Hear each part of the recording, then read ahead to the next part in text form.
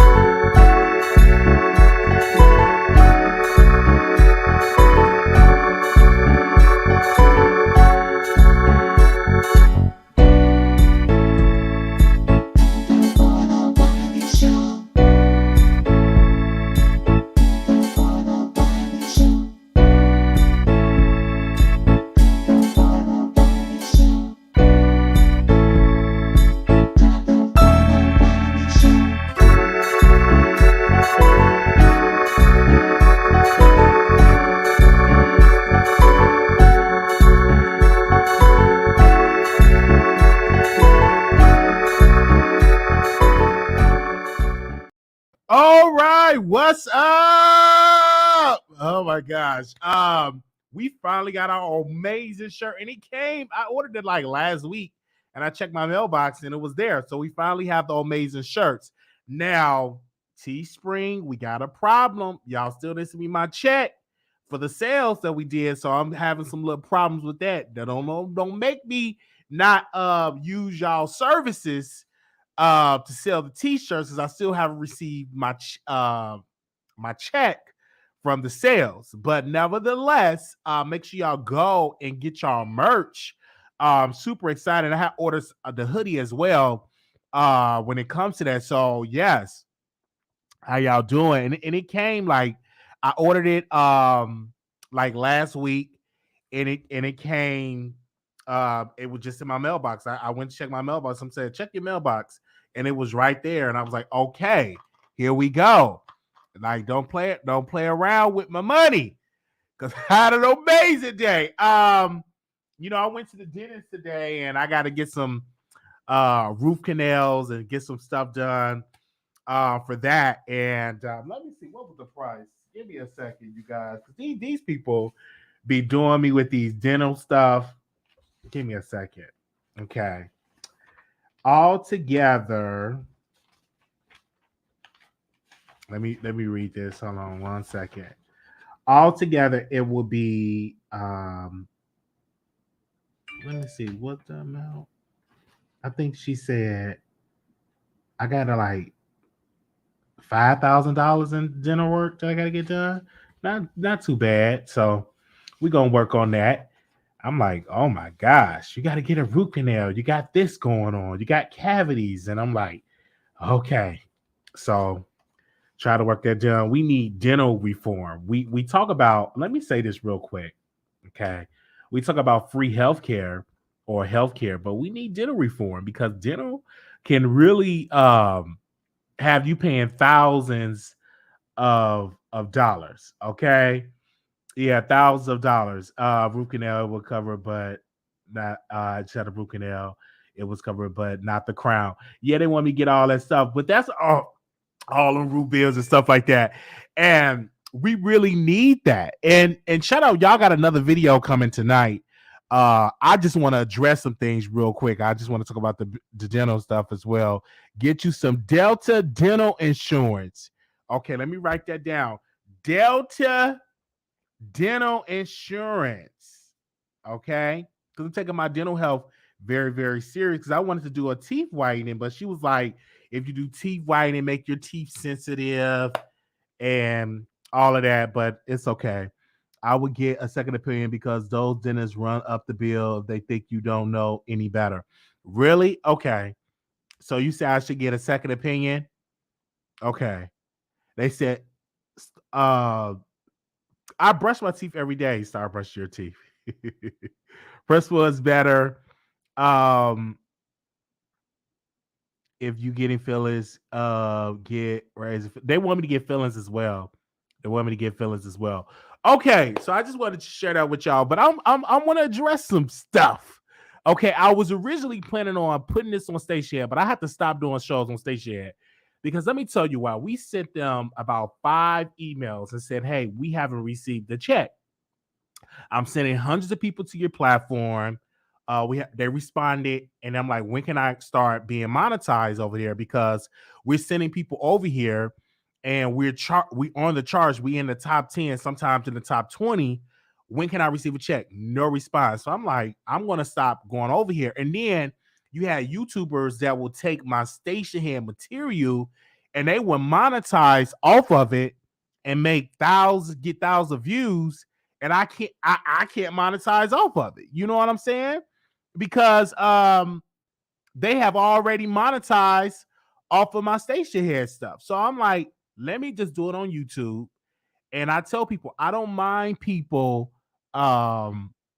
you using a clip of my video. Like if you see something of my video and you use a clip and you give your commentary, I don't mind.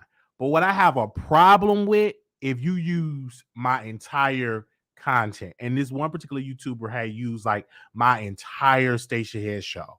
And then when I went on my radio, they streamed that entire episode of my thing with my radio. And I'm like, let me stop doing that and let me stop going on these station head shows, and I come on my YouTube. Now I just jump in your chat. Now, if you bring in my YouTube, that makes a little bit more sense as well. And I'm like, why y'all streaming my whole station head? You know what I'm saying? Now, don't stream my whole station. I don't mind you posting like a clip. I have a couple of YouTubers that if I do something, their posts, they'll send me an email, say, hey, Wiley, is it okay that we use a snippet of your content? Now, the reason why I like station head and I'm trying to become monetized over there is because I can be unfiltered. I can be unfiltered on station head. I like that because over here, some people say you can cuss on YouTube, but your videos won't be monetized. And YouTube is like corporate, right? Station head is like I can do my comedy. I can be unfiltered over there on station head. That's what I like. That's why I like station head, and you could be a little messy and stuff like that. But I will tell you all this: do not send me pictures of YouTubers with their families, because I'm not going to put that out. Let me say this real quick. I received some pictures of like people with their families and stuff like that. Don't send me those type of pictures, because I'm not. If you send it, I'm going to see it. If you send it, but I'm not going to put it out. And let me tell you why. Because if it's not public, like that's like on a borderline of doxing, and I'm not going to be accused of doxing somebody. Now, if it's already public and people is dragging it and it's already public, then I go live and I talk about it. But I'm not going to be the fall guy putting out people with they're with their family or they're with their husband, and you send me the pictures and you think I'm going to post the pictures on my platform. I'm just not going to do that. I don't care who you are. I'm not going to do it at all. You put that on your platform and then I'll do some commentary on it. But I'm not going to put that out there. People with their families. And like people are weird. Like I tell Lisa, I had to get on the phone with a YouTuber. I'm like, just taking pictures and sending it. It's like a stalker almost. And some of these YouTubers need security. Like if you're a YouTuber and you're critical and you're growing and you're popping, you need to invest in some security, because some of these people are stalking YouTubers. Now, I'm not gonna put the information out like that, but they'll be like, take pictures. Like, no, like you need to invest in some security with some of these, because it's so weird with some of these people, and that almost makes me like, man, I don't even want to go out. Like I don't even hardly bring people to my house anymore. Not at all. I don't you don't see me doing like brunch or going out like to dinner and something, because I don't want people to be taking pictures of somebody and then sending it to a YouTuber and then they dragging it on YouTube. Like that's weird. That's weird here. And I'm not going to be that type of YouTube. Now I'm critical. I get on here and drag a YouTuber for a film. Now I would do that. I have done it. But you're not going to see me post a picture of a YouTuber. That you're not going to see that on my platform. You're not going to see me all posting that on Patreon.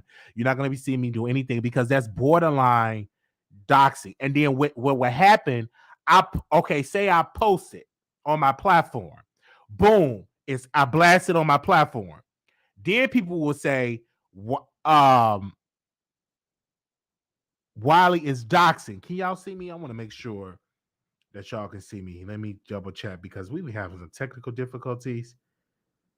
Let me make sure.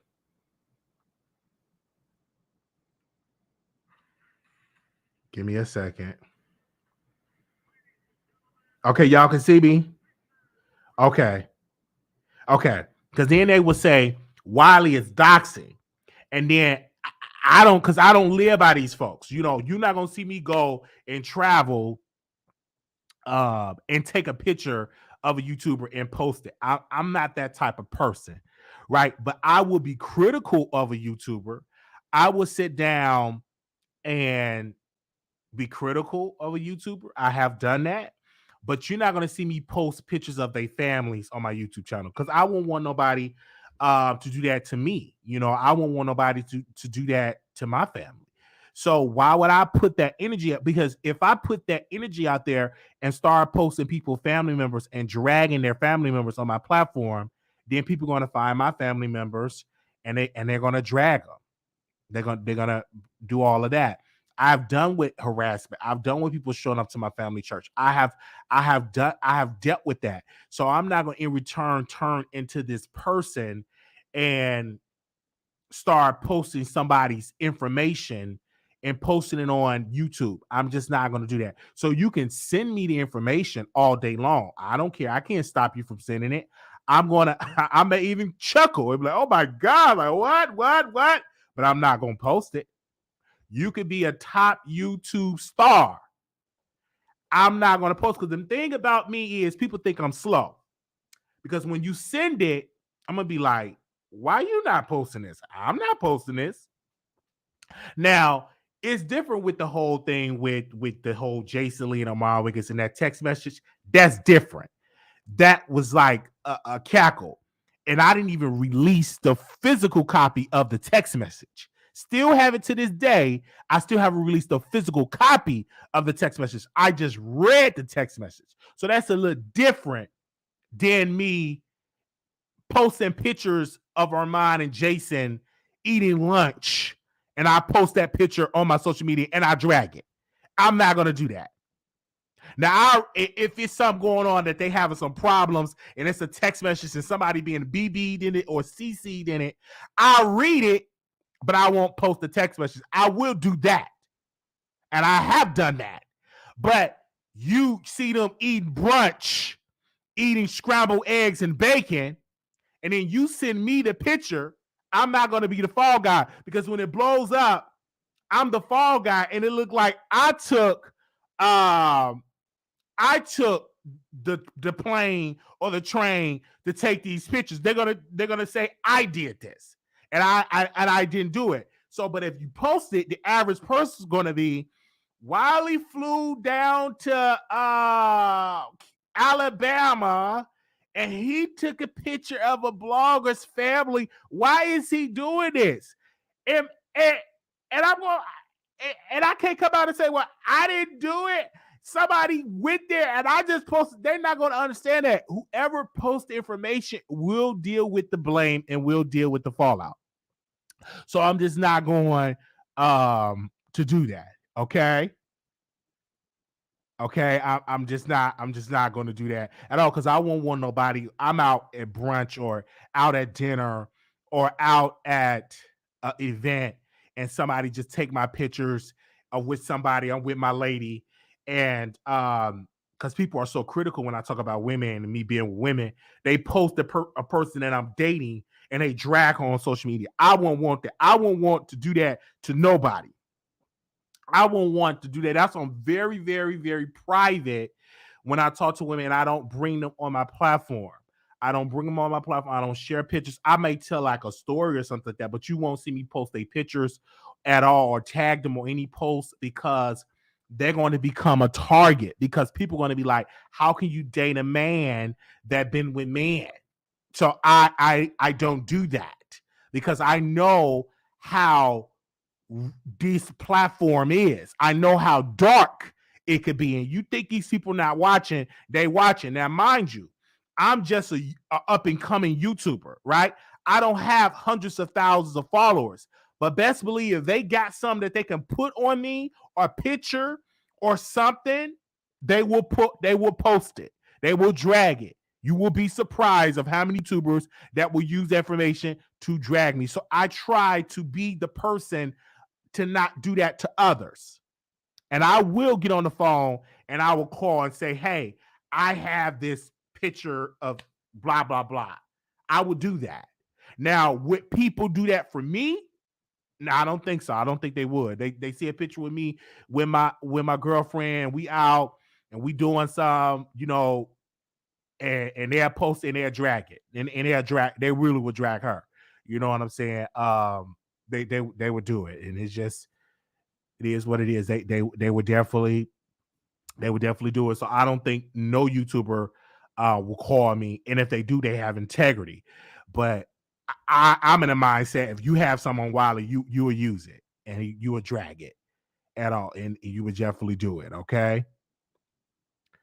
All right. So yeah, so people would definitely do that. They would definitely drag it. That's some very private on a lot of things. Now, another thing I was coming on here and talk to y'all about because I'm back in school to finish up my degree in criminal justice. And I saw a comment and I see multiple comments about this, that Wiley is in school because his career as a YouTuber have flopped. And I saw the comment and I said it triggered a response because number one, it's not true. My career as a YouTuber is just fine. My last check from YouTuber was really nice. Was actually one of the biggest checks that I gotten on YouTube to date, right? And if they keep paying me like they paid me last time, I have to do this full time. So, our career as a YouTuber is just fine. It doesn't bother me if a YouTuber reach 300,000 followers because I'm always reminded that we have a platform, because I know YouTubers, and I don't want to say these YouTubers' name, but I do want to name drop a little bit, just like the Scorpion Show. I'm going to name the Scorpion Show.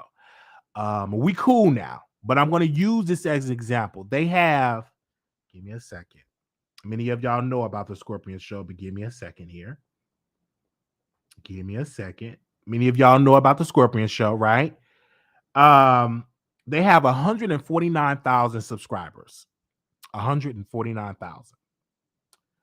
The recent video got 6.7 thousand. Another video got 5.8 thousand. And I just want to state, just zoom in on those two videos. We get those amount of views with 25,000 subscribers. So will I come out and say, let me get to 149,000 and then only crack 5,000 views? No, because I think if you had 149,000 subscribers, your viewership should be about 40, 50, 60 some thousand per video, not 4 to 5,000. And I'm just giving my honest opinion here. So I'm grateful and appreciative of the 25. We almost at 30,000, but I'm gonna just say this: at the 25,000, and we get the views that we get and the audience that we get, right? So, and they've been on YouTube longer than me. They've been on YouTube longer than me. So would I want to say, oh, let me get 149,000 and I don't have an audience? I can name others, but I'm using that example because when people say, Wiley, you should be further, and I agree, and it will happen, because it's no secret formula to become successful as a commentator. It's different when you do pre-recorded under a thumbnail. That's different. You can't compare yourself to a YouTuber that come on camera, you see they look, you see if they don't have a haircut, you see their outfits. That's totally different than when you do a thumbnail and you do voiceovers. It just hit differently. Because a lot of these YouTubers, when they do come on camera and they try to do what we do over here and do commentary and showing themselves, they don't get the same viewership. The viewership is higher when they do a voiceover. So it's different when you show yourself on camera. And you may not agree with me, and some may not agree. Some YouTubers that I know personally may not agree, but it's different because a lot of these YouTubers, they won't get half of the viewership that they're getting if you see them on camera, and that's no shade. And I'm not going to name no YouTubers name. I'm not going to name their names because it's going to be a problem. They're going to put me in a beef. But I'm just saying it's my honest opinion. It is a difference when you can come on camera because you are automatically going to be judged about how you look, about what clothes you have on. Oh, you're not attractive. I won't sleep with you. Blah, blah, blah, blah, blah, blah. In me, it is really different of the way how I look, not having a straight eye. That's the big critical point. So I'm bringing this point up. I am appreciative of the audience that I have. It's not easy to get on camera with a disability and to compete with these other folks that do not have the disability or the look that I have. It's not easy. It's easy to sit on your in the comments and judge, Brother Wiley. But how about you get on camera, you show yourself, you do commentary, you do a topic, and open yourself up. Everybody can't handle that to sit in the seat that I'm sitting in. They can't handle the judgment. They can't handle it. Some people stop calling in to the Wiley Show because they couldn't handle the criticism of the subscriber in the chat. Now, if you can't handle a person's comment when you calling in, there's no way in the world that you can sit in the seat of Wiley and do commentary. Because if you can't handle a comment, it's some people when they call in, they look at the comments and they throw them out. Oh my God, they said this. Oh, they said this in the comments. Don't be sick. They literally leave the topic and they go off on the person in the comments. So there's no way that you can handle showing up every day on camera, not voiceovers, on camera, and to see and to be judged. It's a difference. A lot of people will do voiceover, they'd be just as critical, but it's a difference when we can see how you look. Most people do voiceovers is because they're not comfortable, they're not secure within themselves to come on camera. So they will go behind that camera and do a voiceover. They're not used of coming on, could come on. They can't take all that criticism. They can't take it. We had a special guest on our show, and he was so mad at the comments. He was going off on very disrespectful, going off of the comments. He couldn't handle it. So I had to oh my God, whoa. Like sometimes when I bring a guest, I won't even send them the link or teach them how to look at the comments because a lot of people can't handle being criticized. I'm used to it because I get criticized on this platform every day. But the average person, they be looking at them comments, oh, they said this, and they just be going off on the comments. So now I have to be strategic enough. And sometimes I do pre-recorded videos because a lot of people can't handle criticism. They can't handle criticism. I can handle it because when it comes, I can handle it. Now, if it gets too much where I need to take a little break, because I don't mind it, I take a break because I've known some YouTuber that could not handle the criticism on YouTube, had personal reasons, couldn't handle it. And I thought he could handle it. And he's no longer with us today. He actually committed the S word. He couldn't handle the criticism. One thing they was like, oh, them comments will get to him. And so you really have to have thick skin in this business. You really have to have thick skin in this business. Okay? When we brought Caillou from the Neighborhood Talk, we brought him on our show. He couldn't handle it. He was so like the comments. That man the people was dragging him so bad in the comments that he called in, I think, 1, 2 times, 3 times. He couldn't handle it because the Wiley Show people, I'm just going to speak for our people, they're very, very critical and shady. And I love it because I'm shady and critical. They're very shady and they're critical. Very, very shady. And they're comical because that's who I am. So you garner an audience like your personality. Comical, shady, get them to get. That's the type of audience that I have. So I now know that when I get a guest, that if I know they can't handle the comments, I do a pre-recorded. Just like that when I interviewed the jailbird baby mama, I knew that I could not have her on camera and see the comments because it would have been somebody in there would trigger her and it would throw the whole interview off. So I did a pre-recorded. We put her cash out on the screen and people gave. But I did not want to put her on camera and let it be live and then she see the comments. All right?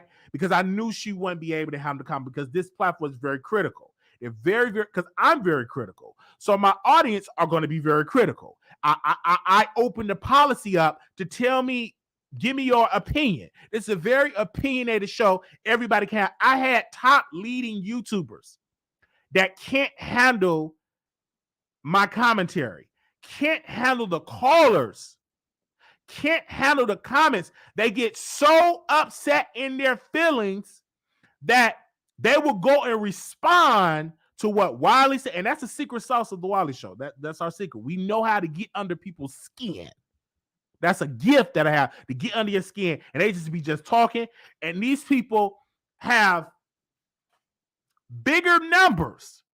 But the way how Wiley delivered the content, it gets under their skin.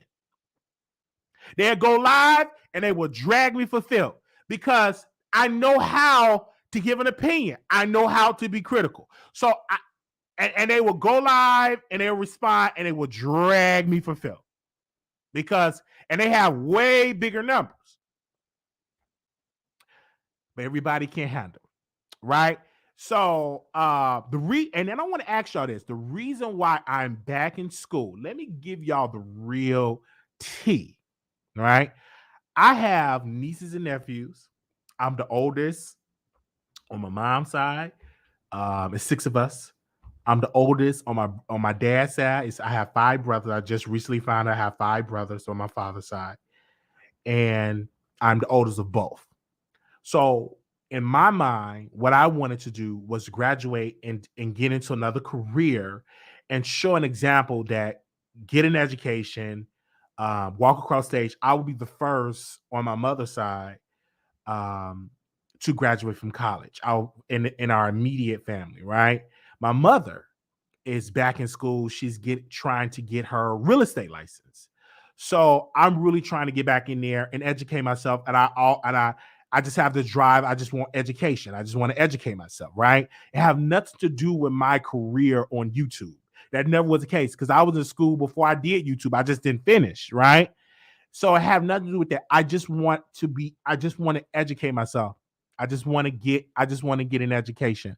I want to get a degree in criminal justice. And that is what I want to. I want to show an example to my nieces and nephews that my uncle, he went to college and he does YouTube.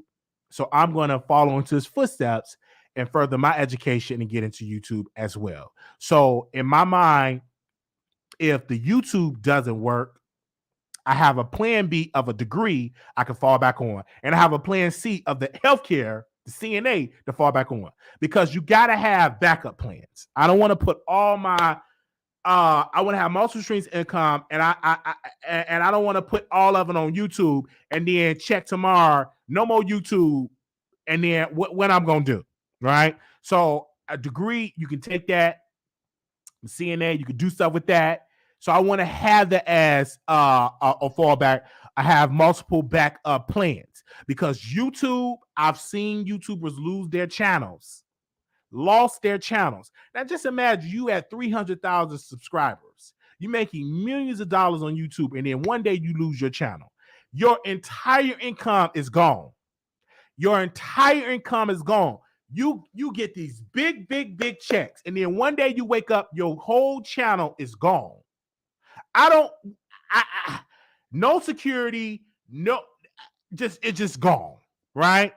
And you try to get it back and it don't come back, right? What do you have to fall back on? And then you'll have no experience and nothing else. You just did YouTube. So what can you fall back on? And this is why I preach to YouTubers that make good money. Invest that money into real estate, into stocks, diversify your portfolio. Because even when I get a check from YouTube, I never spend the entire check and just blow it. And be like, I get another check, I just do it. I don't do that. I'm going to put it in the savings account and get another check and put it in the savings. I'm not that.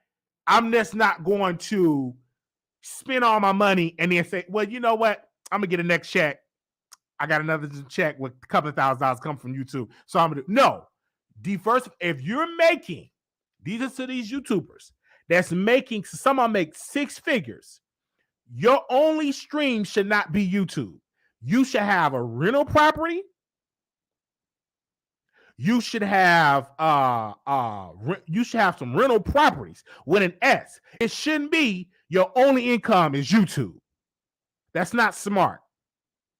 So because I'm already in my mind, I'm like, oh, if I'm making 6 figures, millions of dollars, diversify your income. That's why we have merch. And we're gonna get some other stuff, right? We got a website that's coming because I'm diversifying income on this level. Now, for other YouTubers that's making good, and I've known some YouTubers that was making 6 figures on YouTube, get evicted from their apartment and had to do a GoFundMe. Let me break this down to y'all. I've known YouTubers that blew their money making 6 figures and plus, making good money on YouTube, got evicted not from one apartment, by multiple apartments, and had to ask their followers to do a GoFundMe to help them to get into another apartment. That right there is sad. So you don't want to live that life. If you make good money, diversify your portfolio. Okay, that's what I want to say. I actually seen that, and then me getting the education helps me to become a better YouTuber. It helps me to become better, more aware, politically aware. You know what I'm saying? To make me a better YouTuber, right? I'm in training to become better. This is why we had our brother Anthony. Oh, did I say the man's name right? Wait a minute, did I say his name right? I probably didn't say the man's name right. Hold on. Did I say his name right? From the founder of Kansas City Defender. I hope I said his name right. Hold on. I think it's Ryan. I'm sorry, Ryan. I said Anthony. Ryan. So we diversify and then doing other content, because I don't just want to do celebrity gossip. That ain't me. I talk about that, but I don't want that to be the only thing that I talk about on here on the Wiley Show, right? Because we get into the mess, but I do want to dive into politics because that is what keeps me up at night. That is what piques my interest, and that would pique my interest. So when people say, "Oh, Wiley, why you talk about politics? Just stick to the celebrity gossip." I don't want to stick to celebrity gossip, and I'm not going to stick to celebrity gossip. I'm gonna dive into politics, right? I'm going to dive into that because that I'm interested. I like it, right? They just now passed a domestic terrorist bill in the Congress, right? And Tariq Nasheed, let me say this real quick and then we're gonna go. He said, "I'm so tired of them. Where's the black hate crime bill?" And I'm like, if you read the bill, it will protect black people. And the Asian bill is protecting black people. It wasn't just for Asians, right? And I'm so sick of people when they have these platforms, they have a lot of followers. They put out a lie to their followers, and they don't give out facts. It wasn't an Asian hate bill, and it's just for Asians. It's it's everybody that's dealing with hate, right? But Congress passed a lot of bills.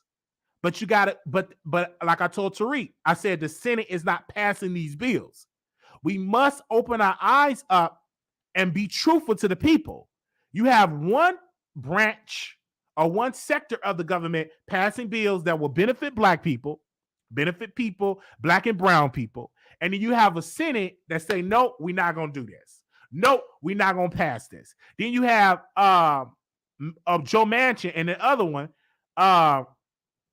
that won't pass bills to benefit black and brown people or these Democratic voters. They literally are Democrats in name only, and they're going to wind up being Republican. So I just want people and then that's why it's my job to use that and to talk about it on my YouTube channel, because the average person don't understand. I was talking with somebody, they don't understand nothing about the Senate. They don't understand nothing about the state representatives. They don't know anything about city government. They don't know anything about county government. They don't know none of that. They just do not know. And if people were educated enough, you won't have these bad people that's not benefiting you and your family. If you were educated, you would make an educated vote on getting the right person that will benefit you and your family. Most people are not educated about politics, are not educated about the system. They're not educated about it. And when you talk to them about it, and then they complain about it, and you ask them, "What have you complained to your city, to the mayor, to your city representative?" They'll be like, "Oh no." They'll be like, "No." But they'll call it to the Wiley Show and they'll cuss out. They know anything about Cardi B. They know anything about this person and that person, but they don't know anything about what would benefit their life for the people. And then most people don't sit and read a bill. They don't sit and read the bill. And I'm starting to reading like the bills and the language in the bills, right? Because we just go to the media and then we get a snippet and we don't read the bill or the language of the bill. And what conservatives, and this is why they're so effective, is because they know the average person are not reading a 500 bill. They're not reading 600 bill, 600 page bill. They're not reading that. So I'm just going to say, Obamacare suck. Ain't nobody care about Obamacare. And most people would say, well, I like the Affordable Care Act because it helps me. That's the Obamacare is the Affordable Care Act. But I can tell when you're not educated, you just watch Fox News. That's dangerous. You need to educate and verify what you're hearing on Fox News is the truth. The average person do not do that. They sit and they watch Fox News, or they sit and they just watch CNN, or they sit and they just watch MSNBC. They don't go and say, well, let me verify this and see, can I verify this for myself? They just sit there and they take that as fact. And that's dangerous. You need to educate yourself and read and get facts outside of just watching media and watching mainstream media, right? You need to verify and make sure you can verify that information. And if you can't verify, then you know it's not true. And the same thing with politicians. You need a list of 10 or 12 things that you need, whether the economy, whatever stuff, and then find that person that have a history of doing that for people, right? And if they're not doing that, then that person don't need to get voted back in. If your top priority is education for your children, then you need to find people that have a history of investing in education for your children. And if that person that you voted in not doing that, then you need to vote that person out. Or you need to be the person that say, hey, I'm going to run for office. I'm going to be that change. I'm going to do this. I'm going to research and see what I need to do to become a city representative, what I need to do to become a governor. Just like what happened with Chris Sales, the man that got unionized for Amazon in New York.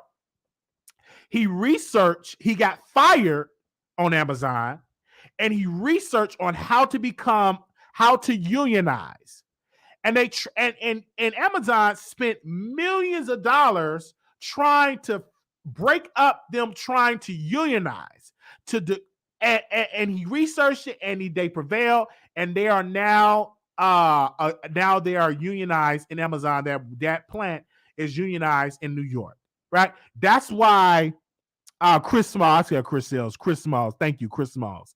That's why it's so important to educate and to do your research, because that is the key to get a lot of things done. And they bank on you not educating yourself. They bank on you not doing that. This is why it was a history. That's why they didn't want black people to read, because they knew if you start reading, you would know being a slave is wrong. That's why they bank on you not educating yourself. That's why they love when you say, I'm not going to contribute. I'm not going to vote. I'm not going to get involved. They bank on that, and they love that. But if you start educating yourself and start organizing, you are you are a force to be reckoned with. When you know how, are you educated and you organizing and you know your area, just in a local sense. It don't have to be so big. It just be in your area. And you know how to organize, and you know you are a force to be reckoned with. And there's people out there that are doing just that for people, right? And this is why it's YouTube channels where you can watch, like one particular YouTube channel that I do watch Roland Martin Filter, because what I like about his show, they give you the facts. They give you facts. And you can research that, and you can bag it up with facts, and you can research it. And I like watching that, and that gets me very involved by watching that. That's why I learned about the Poor People's Campaign. It's things that's going on to help Black and brown people. It's people boots on the ground doing it. But if you're not aware, you would think, oh, they ain't doing that for us, and then they're actually doing it. So, thank you. I just had to say that. Welcome. Unions aren't bad at all. It's a lot of companies push anti-union videos doing training. It's very weird. It's very weird. I was actually, the police was called because I said a statement that in Illinois, I was on a union. And I feel like if we had a union at our job, we can demand better working conditions and better breaks and better income. So we were talking about that, and I was just saying that out in a meeting. We had a meeting, and it was an in-service meeting where they bring the nurses, they bring CNA, they bring everybody to talk. And I brought that up. Tell me why I got a call into the director's office, and this is a true story. And he called. He said, "You got to leave. You are fired." Didn't give me the reason why.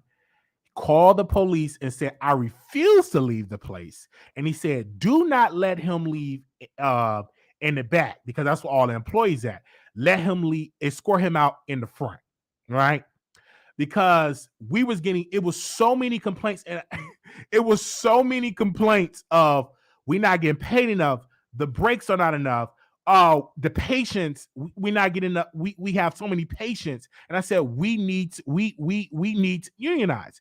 And I didn't know at that time. I was just bringing out facts. And that man in the office, he called the cops on me, and it was a lot of them.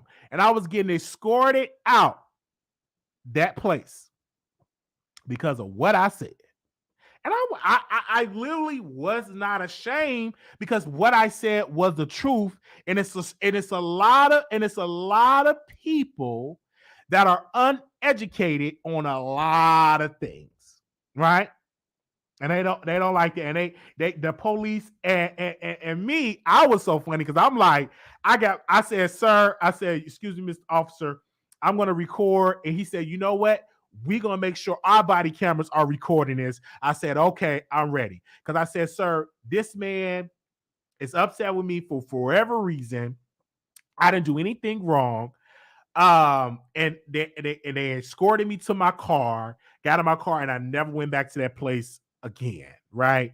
And I wasn't even there alone, but I was just saying that we have all these complaints and we need to unionize because they can't stop it. They can try, but if we have unity, we can get this done. So that's a little story time. They was mad at me. But private they don't like unions, and they don't like unions, but you would just get better treatment if you have that, because a union is an advocate, especially if you have a good union and that really will advocate for you as well. All right. Yeah. I work for a company without a union, and some people don't understand. And Texas is an at will place. It don't have to be that. You can get people that can run for office and all. And then one day I may run for public office. One day. But I'm gonna get my experience by being an activist and being an organizer, boots on the ground, and join an organization. Like I'm thinking about to join the Poor People's Campaign. I may join the NAACP to get an experience in that, right? So put boots on the ground and organize and stuff like that, because I've always wanted to do it. I just was so fearful because I would hear, "Oh, don't do that. Why? You're gonna become a target. They gonna take you out." You hear all that so much, and even family members told me, "Don't do it." But it's on my heart to do it. I can't stop thinking about it. I have dreams about it. I just can't stop thinking about it, right? So, hey. Everybody should have walked out with you. Police escort management would have Peter and said, "Yeah, I remember that," and that was a true story. But what that did for me, what that taught me, is to become educated, to get a degree, to become an advocate. It's a lot of things that I want to do, but that taught me right there. And people were shocked that I was advocating for the workers' rights. They were shocked. They never seen that before. Like, who is this black man in this meeting advocating for us with these white folks? They never seen a man like that in their life. One lady, she texted me, she said, "I never knew what you were talking about. I never knew that we could become a union. I never knew that." And it was sad what they did to you, but she said, "I never knew." I commend you, young man, and don't never stop advocating for people. But they were shocked. They couldn't believe it was silence at that meeting. Me and the director was going head to head about money, about increasing pay. That he didn't like it. He didn't like it at all. Oh, that man was turning red, and he said, "I need to see you in office." And I knew then that was like my first time like being fired with a police escort, but I didn't mind it. Hey, it is what it is. I felt good because I'm like, "Oh my God, I did something." Also, people would got what better for ourselves, just home for the gym. We actually only get black women. When I went to my campus library, a few black women. I was the only black man. Yeah, we do have to do better for that. Definitely. So it's a lot of things. So you clearly can see that I'm versatile in my thought process. And you don't really see it because all you see me, well, Cardi B said this or Nika Cannon said this, but I have other thoughts outside of that. All right. They're just like this, like my first time doing that. You know what I'm saying? And I never was escorted by the police off a job before. Like I felt good. Like I really felt good because I knew I wasn't wrong. The system was wrong. There's none I have tried to sue before, and the lawyer said there's no once you're in. And it's hard when you add a will say, and that's why legislation have to change, because that's why you need advocates in the state house, state representative in the Senate to change that law. It do not have to be an at will state. The reason why it's at will state because politicians came together and said, "Hey, we're gonna be at will state." But if you get people in there to change, you can change the law and vote out the governor, right? And get different state representatives that really believe in workers' rights and believe in being pro-union. You can change the system, right? But you got to get involved. It's not going to happen if we just sit and complain and just sit and sit and complain and sit and just and not get involved. And that's why I'm going to get involved. And I want you all to see it and for me to show it, because I don't think it's not too many YouTubers that do that. They make their money, and most of these YouTubers that make their money, they talk about celebrity gossip. They don't talk about politics. Some of them can't talk about politics because they don't know. It was one particular YouTuber I remember. I'm not gonna say no names because people get mad when you say names, but they were so mad. It was something that was going on with the pandemic. Oh man, they doing this. They shut stuff down and all that. They didn't know anything about politics. They didn't know anything about their governor. They didn't know nothing. But I said, this is why it's so important to get involved and to understand what's going on and to be aware of this pandemic and how it can affect you and how can it affect. This is why it's important to research and get involved, right? Because it didn't shock me because I was working in healthcare. It hit me different because I was in healthcare and we knew that they told us about the pandemic. We knew that we had to wear masks. A lot of things it didn't bother me. It didn't shock me because I'm in healthcare field, but it shocked a lot of people. And then a lot of people start coming to me saying they're not going to wear a mask. A lot of people are saying they're not going to get the booster and not going to be that. And like it was a lot of people that wasn't educated at all, and then people wasn't even talking to their doctor. They were just listening to propaganda and listening to YouTube physicians, and they wasn't even listening to their own physician. And they were going or false. The best thing that you could do if you don't want to do that is to wear a mask and wash your hands. Some people don't want to do that. I'm American. I shouldn't have to wash my hands if I don't want to wash them. I should have to wear a mask if I don't want to do it. But I do know it worked because I work in places where the cases are low with at zero because we wear the mask, we wash our hands, we social distance, we're testing regularly. The staff is vaccinated and the patients are vaccinated. So the cases are at zero, no cases. So it works. But the average American, they listen to the news, even my own personal family members, right? That wasn't aware. And I'm like, at least wear your mask, at least wash your hands, at least wear your mask, wash your hands, and social distance. The same thing, right? And we can get out of this. But a lot of people intentionally they will politicize it and they will make a lot of people scared. All right. Yeah, we are very entitled over here. Absolutely, absolutely, absolutely. The only people who really needed to the job is the elderly, those who are high risk because of the pre-existing condition. Most people survive it, and yeah. And so it didn't bother me at all. And so I just started to just doing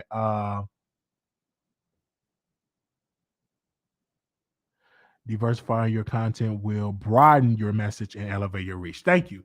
Okay, so I don't know if I open up the phone lines if y'all want to talk with me, but I said, hey, I'm going to have a conversation because to my original point, the reason why we here is because people say he's going back to school because his career had failed. No, my career is good on YouTube. I it'd be some people that would be glad to get the viewership that we're getting. So we are good. We just want to educate ourselves and get an education. And it's nothing wrong with that. It's nothing wrong with that. Even Nick Cannon went to school and graduated from Howard University, I believe. He's a millionaire. So that'll teach, there's nothing wrong with educating yourself. There's nothing wrong with doing that as well. So give me a second. I'm opening up the phone lines if y'all want to call in, and then we going back live. So we're going back live again tonight because then we're gonna get into the mess. Because we got a lot. I think we got about 10 topics to get into tonight. Give me a second. Hold on 1 second.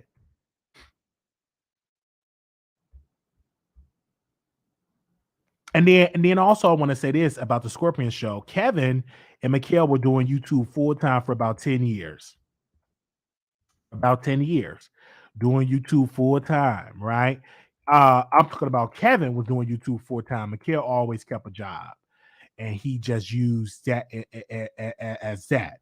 Now, Mikhail was very smart. A lot of people were saying, Mikhail, why are you keeping your job and you making money on YouTube and stuff like that. Very, very smart. Because let me tell you what happened. Kevin lost his mother, and Kevin wasn't being wasn't being that consistent on YouTube anymore. And he decided one day, say, "Hey, I want to get a job, and I want to get me a job." And he got a job, and he's not a consistent on YouTube. Now, just imagine if Kevin and Mikhail didn't have a job. He depended on an income, right? He got a house, he got a more, he just depended on the income. He would have been on a mess if he had to just regularly get a job and he had no experience because he'd been doing YouTube for 10 years. Your show now, press 1. Your show is scheduled to start in 35 seconds. It would have been a mess. What if Mikhail would have not kept his job and then the check got low and he had to get a job? He would have been in a mess. He would have been in a mess. And he always. Your show will go live in 5 seconds. 4, 3, 2, 1. And he got his he worked in healthcare, I believe, and now that's what he did. He never quit his day job. He kept his day job, right? So he would have been in a mess. And so and people would say, "But why did Kevin get a job?" Because he been doing it for over 10 years and 12, 13, 14 years. You want to get into you want to do something else, and sometimes you get tired of doing YouTube. Right, I have other YouTubers that will complain they get tired of doing celebrity gospel, so that's understandable for you. Somebody sent a super chat. Lovely one said, "Thank you, Wiley, for encouraging us. And yes, education is always key. Thank you." And my mother is in her 50s, and she is really studying for her real estate license, and she's studying right now. She's going to the public library and studying. Every time I talk to her, that's on her mind. That's our conversation. What's on our conversation is me in school, finishing up my degree. And I think that's a good example. All right. I remember when my mother went back and to get her diploma, I believe, and that was so inspiring for me because I'm like, oh wow, she finally complete that. Now she want to get into real estate. She can go to the public library. I can go to one. I just can't go to the one that I'm banned from. I can't go to that one, but I can go to a public library, and I'm fine when I go. It don't bother me. I just can't go to the one I'm banned from. All right. Don't stop vlog as much or delete his page. I know he made billions. I turned down my promotion because they wanted me to come back to the office. I refused. LOL. I like being at home. I travel with my laptop. A lot of people like being at home. You're right. That the industry changed. A lot of people. I have a friend. He have his whole bedroom just like his office. He said he loved working at home. A lot of people love it. You just gotta change. You just gotta change with the times. Yeah, I can't go to that library because I'm banned. Yes, I'm banned.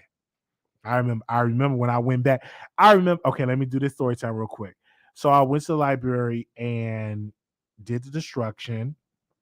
I went to the mental hospital. Soon as I got out of the mental hospital, I went back to that same library. And it was, oh my God, this is the person. Some told me to look up, it was about 14 to 15 cops that told me to get up. I am banned from this library, and if you get caught, you will be arrested for trespassing. I said, "What do you mean? It's not a court order. They don't." And that office, and I said, "They don't do this in Chicago." He said, "This is not Chicago. This is Dallas, Texas." And it was about 14 or 15 of them officers. They escorted me out to out of the library. And I said, "You was the one that tased me." He said, "Yeah, I was the one that tased you." And then one of the officers, he was nice. He knew me. And he was like, I was like, can you take me home? He's like, yeah, I'll have to put you in the back in handcuffs to take you. I'm like, no, thank you. I'll just walk home. So they literally followed me home to make sure I got home and stuff like that. But yeah, and they actually put a police light. They put a police light camera on there just in case if I came back to the library, they had me on camera. They had to put it in the parking lot. So yeah, man, look how far God has brought me from. You know, I'm much better now. Oh man, that happened years ago. But yeah, but yeah. I remember that. I remember that. But nevertheless, we are good now. We are in school. We are on YouTube, and we are working, and we're doing good now. We're in a much better.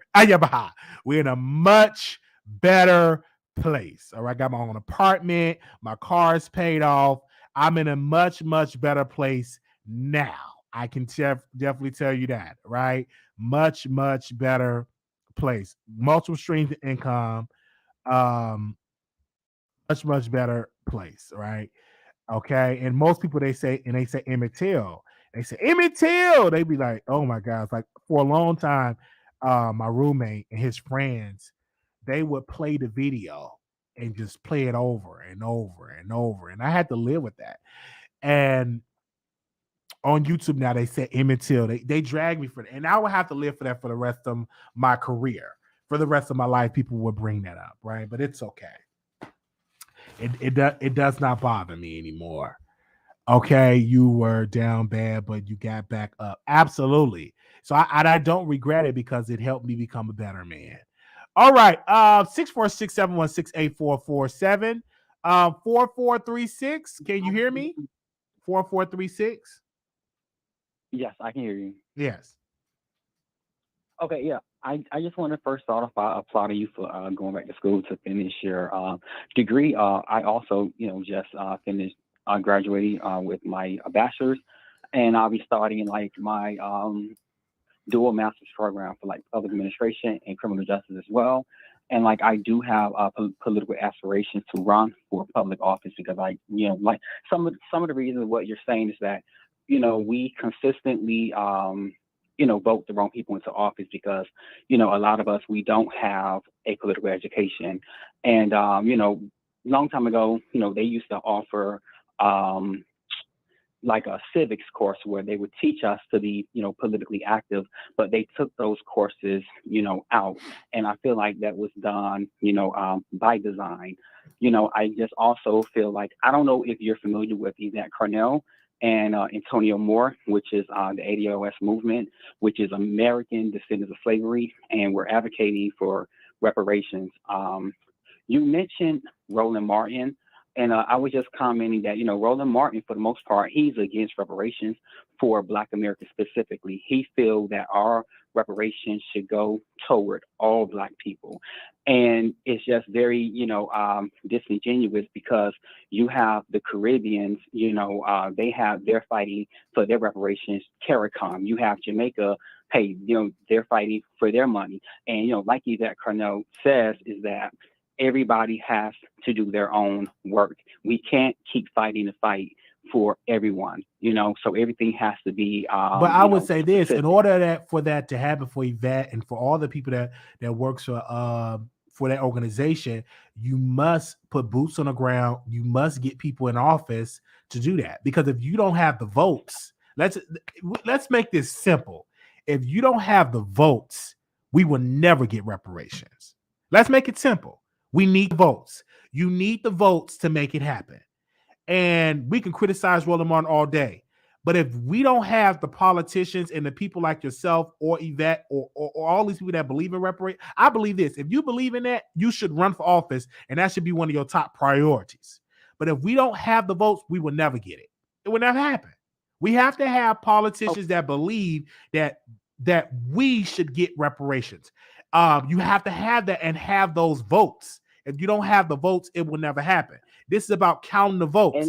And if you have that, we will get it. But we must have politicians in there that be willing to do it.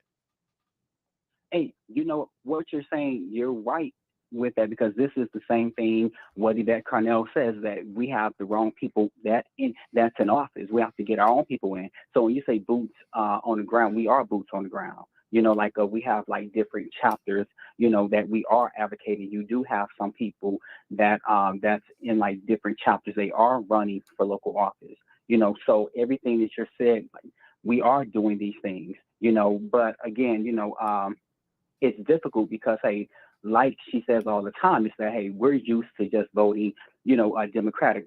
With this last election, we voted Democratic down ballot, which means we left the top of the ticket, you know, like a blank, and we voted everything else, you know, down ballot. A lot of people, some people didn't vote for it because, hey, they felt for the whole trick about the two, well, I guess like two of greater evil, something like, however that Yeah, the saying two goes. less evil. But You my know, thing is so this: ADOS have to raise money. It's like you have to raise money. Politics is a money game. Politics and money go hand in hand, right? So ADOS will have to get candidates and raise money, whether you're a Republican candidate or a Democrat, whomever, or you can run independent.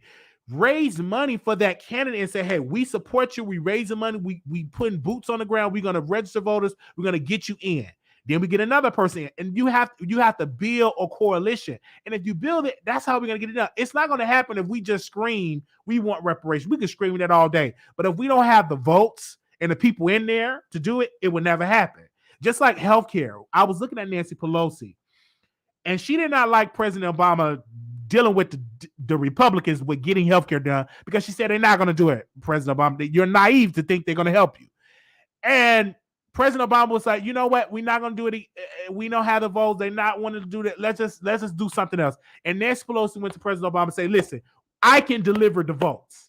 She delivered the votes and got healthcare reform in this country, right? And it was Nancy Pelosi that was able to architect that behind the scenes. ADOS had to have that same mindset. We have to deliver the votes. We have to have candidates and people in office to get this done. But it will not happen if we don't have allies and people in there. They can run for Democrat. You can run for Republican. I don't care where you run from. It's about, can you register voters to believe in your ideas, and it can actually happen. But we must put boots on the ground. You must educate the voters. You must educate. If you talk to a lot of Black people, they believe that we should get reparations. The average Black person is with you with that.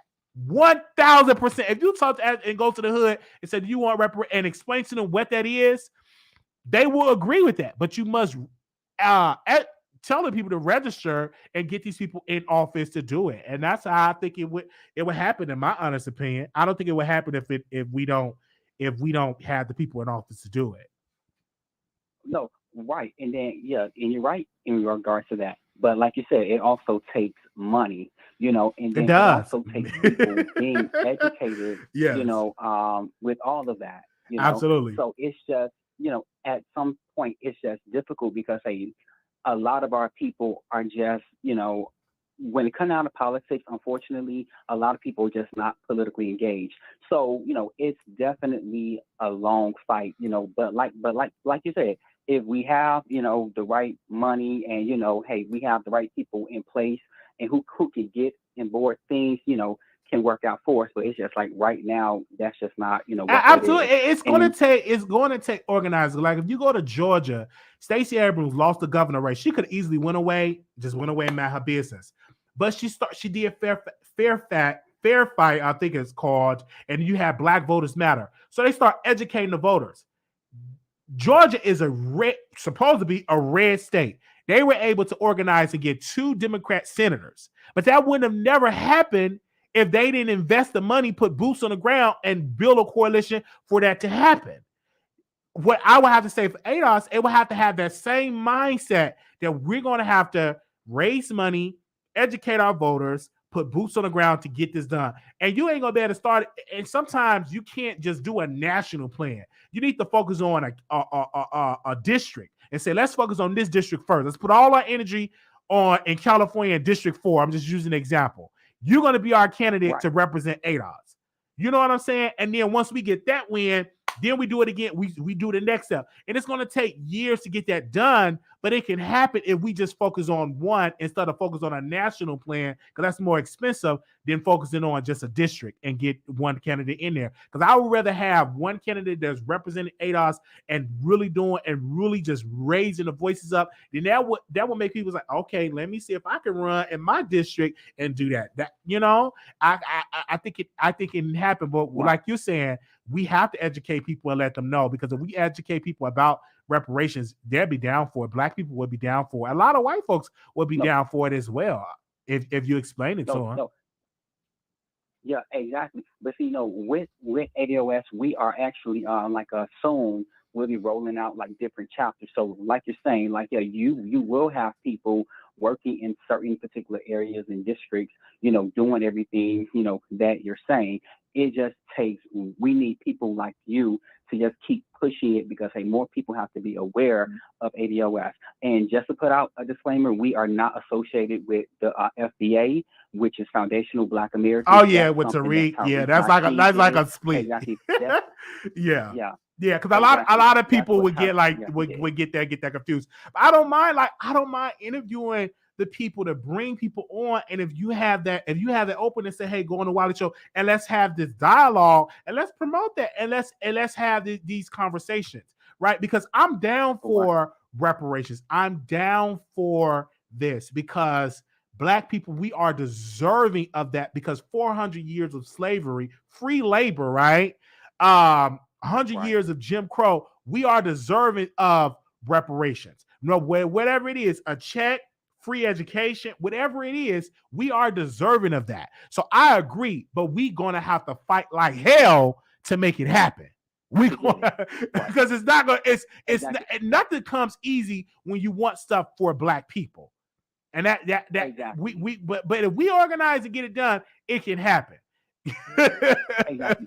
And I just want to say this too before I leave. Okay, is that I do not believe in the whole Black and brown solidarity. That's just a farce. And see, here's the problem. Notice how it's always Black people who are using the Black and brown, the people of color. When you go to the Hispanic caucus, and they are pushing, this is for Hispanics, Latinx. They're not pushing no Black and brown.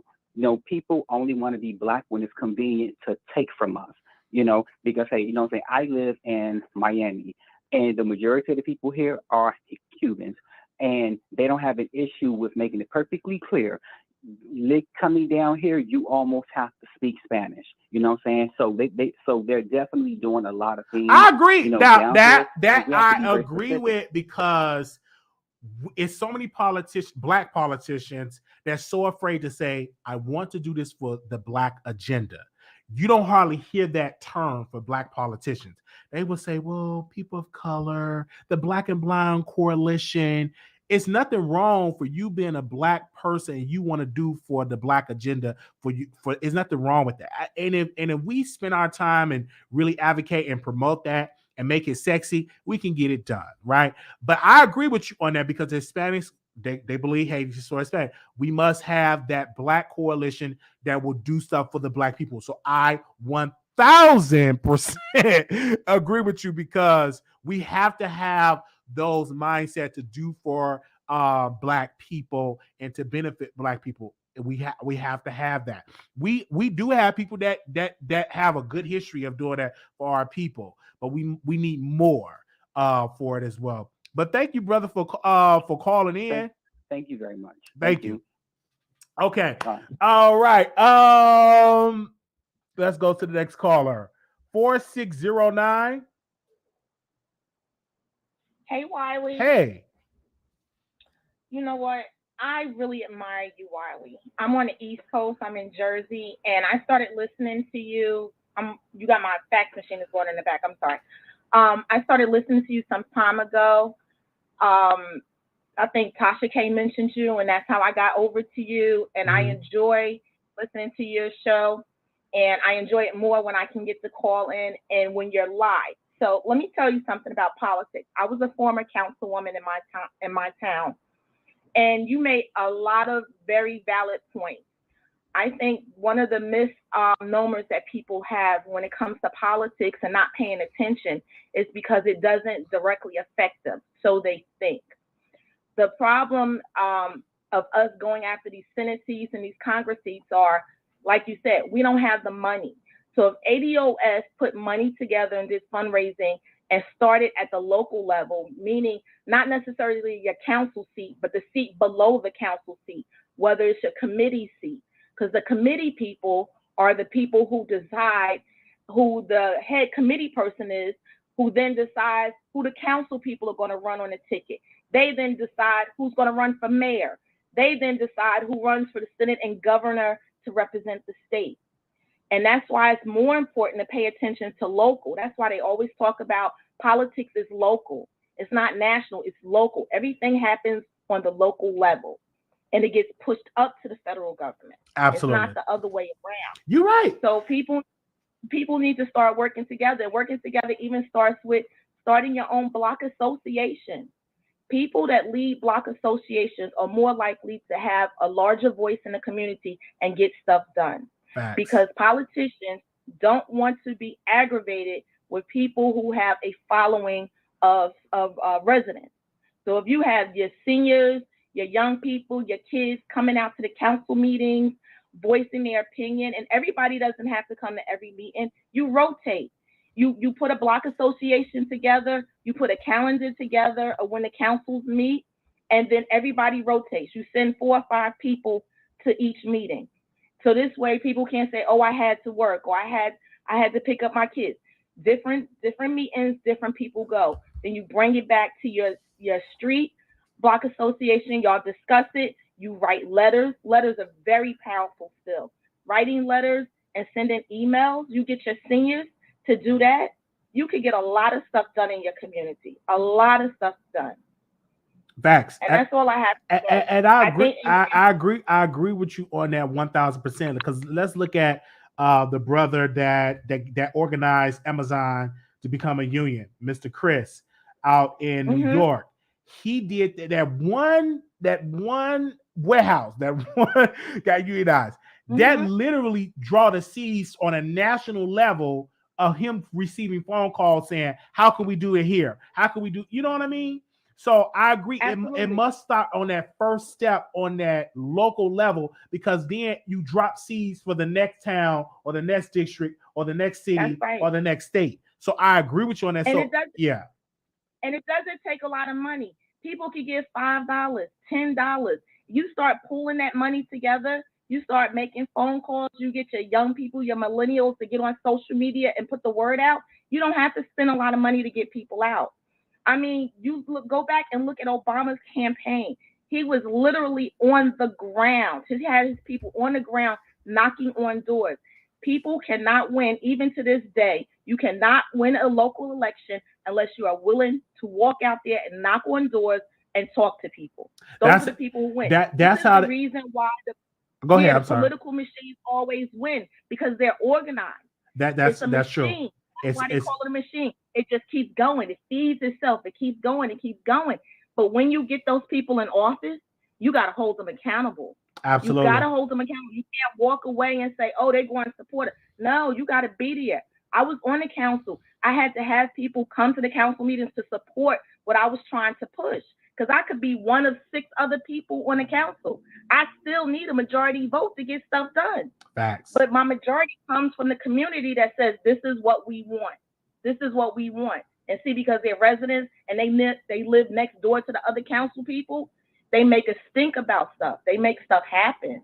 You got to be vocal. Can't be here. That is so true. You have to be organized. And even when you become, like, say for instance, you get in office, you still have to organize your constituents and educate them to rally them so you can get it done. So it never stops. And if you're not, I was watching Roland Show, and they said if you're afraid to go to the hood or afraid to go in these neighborhoods, you don't need to represent those people. You don't need to get into politics. When Cory Booker ran, I worked on some of his campaigns. He ain't nobody knew him in Newark. Nobody knew him in Newark. He lost the first time he ran for mayor. He lost the first time against a mayor that had been in there 16 years. Wow. He lost the first time. Then he came back and he won because he went in every single place, like you said, in the hood, in the project, to talk to people, to let people know who he was. Now, he is who he is. He represents New Jersey. He's doing what he does. But he was not afraid to do the groundwork, to get dirty, because you got to do that. You got to get out there with the people. Absolutely. That's how you're going to get the vote. We just had an election in Newark, in the next town over, because I'm in the next town over, in Newark, New Jersey. They just had an election 2 weeks ago. 243,000 people registered to vote. They had less than 20,000 people that came out to vote for the mayor and the council. You know why? Because people don't care. People don't care. And they're not pushing them because they say, you know what? They don't care. Good. Don't come. We'll just get reelected. It makes it easier for us. Absolutely. But if people, like you said, and say, hey, I'm tired of this, let me organize, put boots on the ground, educate the people, then you can flip it, because you have to count the votes. If a mayor won by 15,000 votes, only thing you need is about 20,000 or 25,000 votes to unseat that person. But you must have that the organizer mindset to talk to these voters, because if you really come to the door to door like they did in Georgia, that would have never happened if Stacey Abrams or Black Voters Matter didn't put the boots and actually organize on the ground. They would have still had Republican senators. But the reason why they have that in Georgia is because they organized to the point now the Republicans gotta get a black man to run on a Republican ticket because you understand, because the demographic have changed. But if you keep a good strong ground game, you would keep people in office. Absolutely. Absolutely. And the other gentleman that was just on is right. Civics was taken out of the school system purposely. Absolutely. And going back to politics, when you look at the school boards, because the elections for school boards is every single year, when you look at the elections for school boards and those people on the school board do not look like you or represent you or what you think, what do you think they're going to do? They're going to do like they're doing down in Texas and Florida. They're going to pull stuff out the library and say, oh, you can't read these books. Oh, you don't need this in your class. We used to have, and I'm telling my age, I'm 50. When I was in high school, they had home ec, they had shop and all these other extracurricular classes that you could take. You could, go off and learn other trades and stuff like that. They don't have that in the school anymore. They don't teach you entrepreneurship anymore.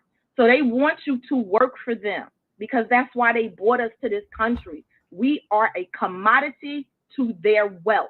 And until we understand that they only want us as workhorses, this is the reason why Asian Americans can say, oh my God, they doing stuff to us. So we're going to pass a bill to say you can't do anything to them because it's illegal on a federal law. But what about Black people? They're not going to do that because we ain't pushing for that, because we aren't in office to make them do that, because we are a commodity to their wealth. We're workhorses. That's it. Absolutely. We got to get it together as Black people. We got to get it together. We got to start sticking together. And we don't. We let them come in and tell us what we want to do. You look in our communities, there was a big expansion in the 1980s for the government to still send money out to Asians and Koreans to come and start businesses. Who runs the hair game business here in the United States now? Them. Asian, yeah. We can't even get into the business because they block us out. They did the same thing in the 80s. There was a big push in the Philippines to bring Filipinos into the United States to be nurses. Who has taken over the nursing career system? They have. Where do you find us? In the jails. They building more jails to put us in so they can make more money off of us. Facts. Not educating us. Absolutely, and that's People why gotta wake up. people have to wake up, and people that know, like yourself and myself, that's getting involved, we have to educate our brothers and sisters and become advocates and organizers. And the reason why it made me get that way, because one day I started looking at Chicago and I started looking at what's going on in Texas, and I'm like, oh wow, I really can talk about it, and I have a platform, so I can talk about it on my show. Other than and then every once in a while I get into the mess about Cardi B and all of that, but I said it's so important to talk about politics because this affect our daily life. Cardi B don't affect my tax bracket, but But No, the it don't midterm, affect the our Congress. tax bracket. But you, yeah, I'm sorry, but you also have to pay attention to her as well. So you have to watch how the entertainment world uses Absolutely. her Absolutely. to take us away from what we need to be doing is educating ourselves instead of sitting in front of the TV. Facts. Now, when I grew up, we was watching MTV and videos all the time. It wasn't that much booty shaking. Now it's booty shaking, booty popping. Everything is porn this or coming out the go-go bars. We got to look like a go-go dance and all of this. We're distracted. We got too much booty and a whole lot of titties everywhere. We distracted. We need to get back into the book. Absolutely. And that's why it's so important to get involved. And it's so many great organizations. Like people look at Black Lives Matter and they criticize, but it's other grassroots organizations that's doing well. And they're out there. There's a lot of them doing well. And a lot of them aren't those big NAACP whatever. Absolutely. Because they ain't all out there fighting for us. They fighting for themselves. They done won what they won. Absolutely. They doing well. We still struggling. We still trying to get out of where we at to get to the next level. Facts. People got to wake up, and you got to educate your babies because they're the next generation. These millennials right now, I don't know what's wrong with them. They don't want to work. There's hiring signs everywhere. Ain't none of them trying to get a job. Their mamas done spoiled them. I'm trying to hire people. People look at me like, what's the hours? What I got to do? What is wrong with you? Nobody wants to work or do anything. Millennials is done. We got to work on the babies. Got to work on the babies. Okay. Thank you, Wiley. Thank you so much. And like I said, I so love you. And please don't tell that library story again. You told it. It breaks my heart. I totally understand. I tell it because I am so glad that you have come a long way. Let me tell you. Yeah, it's just a God testimony. It's just absolutely. It's just a testimony that I'll use it. But thank you, sister, for calling in and giving your thoughts. Thank you so very much. Care. All right, thank you. Bye-bye. Okay. All right. Because I'm a millennial and I love the work. I work. But not all of us, but I get what you're saying. 3819. Hey, can you hear me? Yes, I can hear you. Go ahead. Mm-hmm. Hey, Wiley, how you doing? Doing good. Okay, so I just wanted to kind of piggyback off what the previous caller just said. I do agree. I'm a millennial myself, and I'm a first-time generation graduate. So I do agree with what she said. Well, we have to work on like the younger generation because my generation, I feel like we pretty much grew up on a generation of kind of like our parents. They were pretty much on the side where they were still afraid to speak up for certain things. So they pretty much grew us up in a way where we're kind of timid on certain things. And then we also grew up on the technology stage. So we have both. So I feel like we have traditional side and we have the technology age. So we kind of have like our own independence mind where we all want to be entrepreneurs, but we really don't want to work to be entrepreneurs, if that makes sense. Like we pretty much want it given to us like right then, right there, or fast money, fast, anything pretty much fast. So I feel like the generation under us is what we have to pretty much focus on for is getting them educated. And first-time generation African Americans especially, like we pretty much take bigger jobs for his law firms, doctors, roles, etc. But we don't think about the nonprofits, etc., things like that, and starting our own profits within our communities to kind of give back and educate the younger generation. For example, I'm from Atlanta, but I moved to Mississippi and I'm creating like a nonprofit here. So it's pretty much it's like so hard because nobody here is pretty much, kind of uneducated. It's hard to say uneducated, or they don't care. So it's like hard to get that out there, especially in places like this because nobody knows. It's like they're always forgotten. So they start feeling forgotten and they start acting like animals pretty much, if you want to say that, because it's like the crime rate here is crazy. So they start acting like animals. They feel like isolated. If you isolate an animal, that's how they gonna act. You get what I'm saying? So it's like you have to pretty much bring that back to smaller places as well. To kind I want to also speak with the millennials part with the workforce. I want to tell you why we have a shortage with workers. When people got fired or laid off, what did the government do? They gave them extra money for unemployment. I think $600 extra for unemployment. The reason why it's a shortage, a lot of people do not want to work for pennies anymore. $12 an hour, $13 an hour. We need livable wages. And I work in healthcare, right? I work in healthcare, and it's a problem with shortage of CNAs.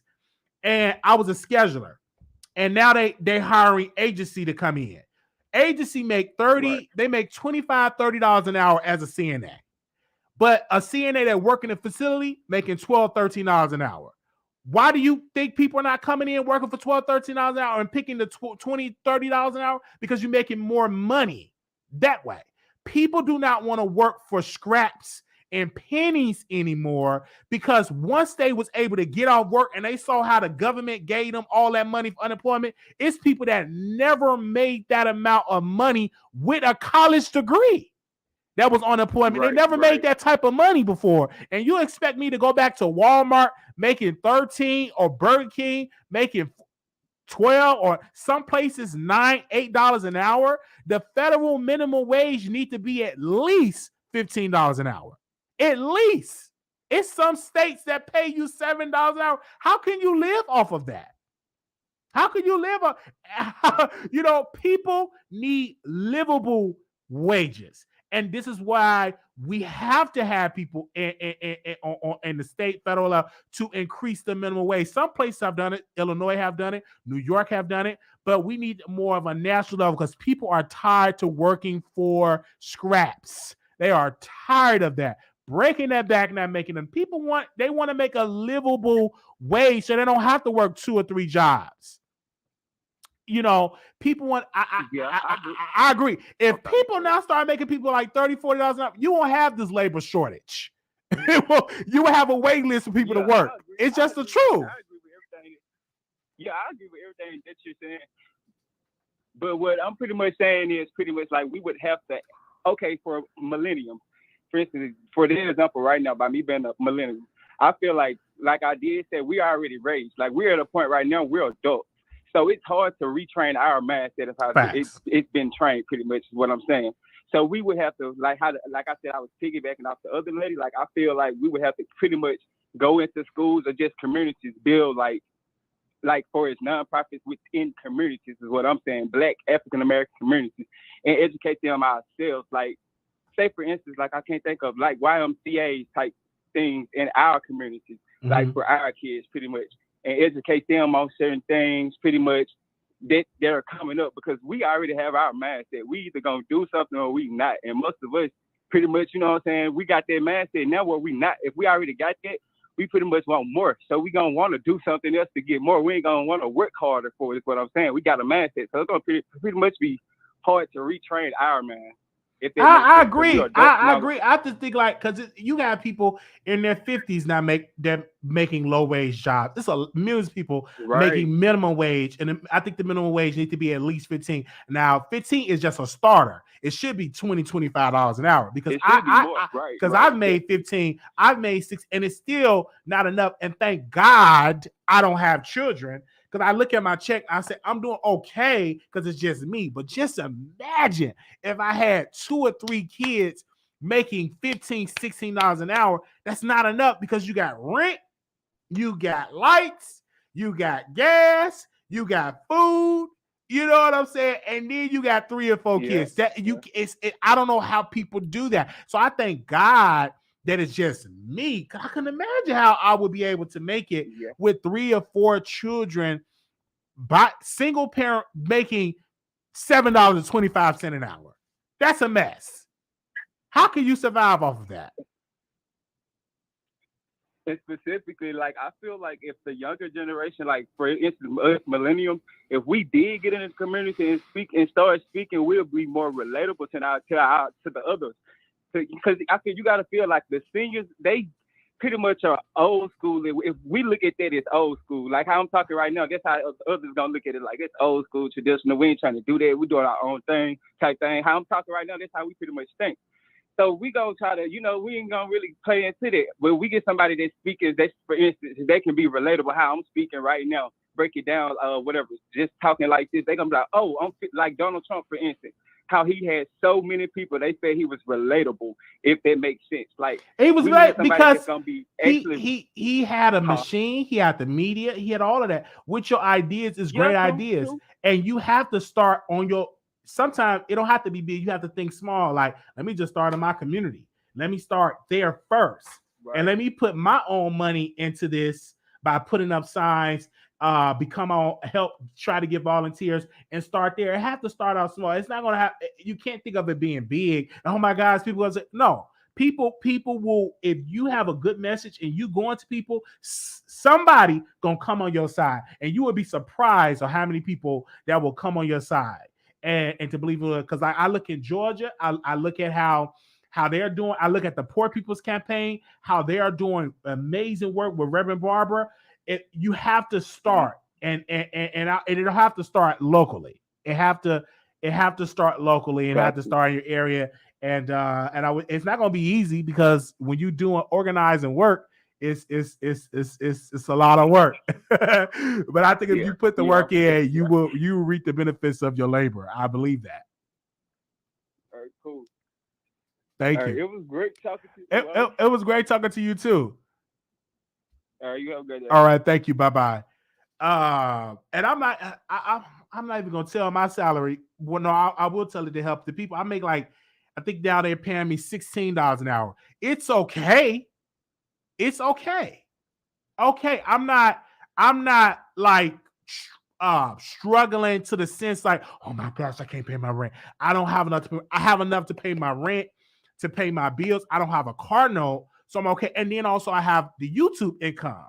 But I'm looking at the parent. I'm looking at the parent that's making $7.25 an hour. Got 3 kids, paying for daycare, baby formula is out, gas is high. I'm looking at that. I feel sorry for that as well, right? For me, because I'm a man and because I have 2 incomes, that I have 2 incomes. But everybody don't have that. They're not by themselves. They have kids. They don't have a village to raise. It's just them. It's just that person.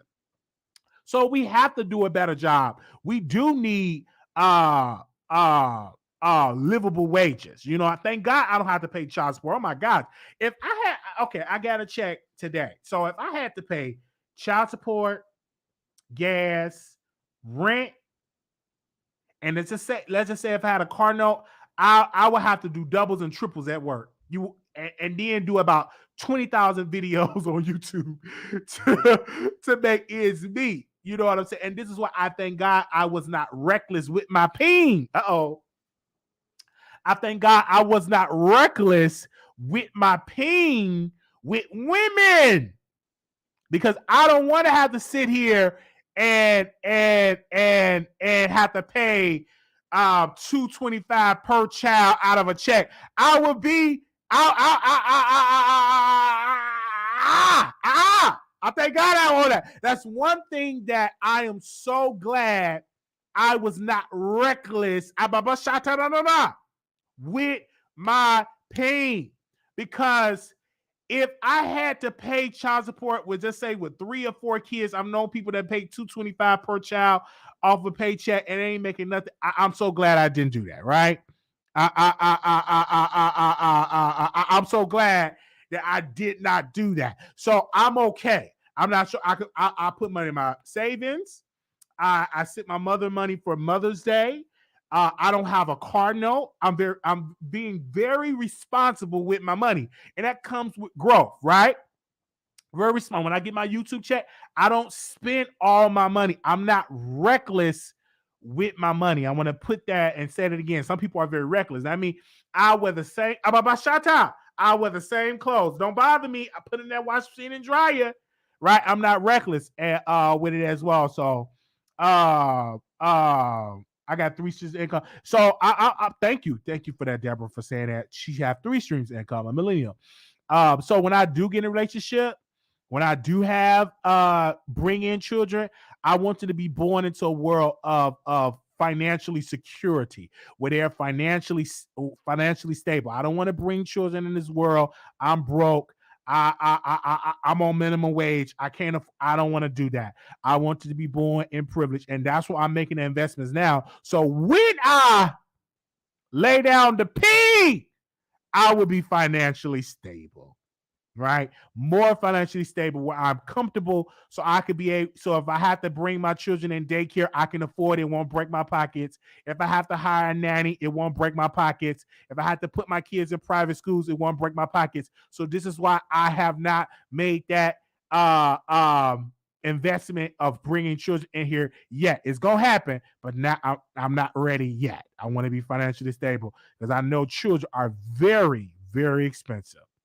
And I see a lot of people are struggling to take care of their children. I definitely don't want to bring people in here I can't afford to have. 393989, caller, you on air. Hey, Wiley. Hey. Happy Thursday. Hey. Wait a minute. You said a whole lot today, but I think I want to go back all the way to the beginning when you were talking about other bloggers or other people can't take your Okay. your people, because I wrote in the chat that we are some educated debaters. Absolutely. We know our stuff on the Wiley Show. Absolutely. We're educated. We're professionals, and we are all that. We ain't ghetto like that. Absolutely. Like people, they're going to have their thoughts. They're very opinionated, and a lot of people can't handle that. They can't handle it. You can't handle it, and sometimes I get on other people's nerves because I will debate them all the way down and with facts. Like, we got facts.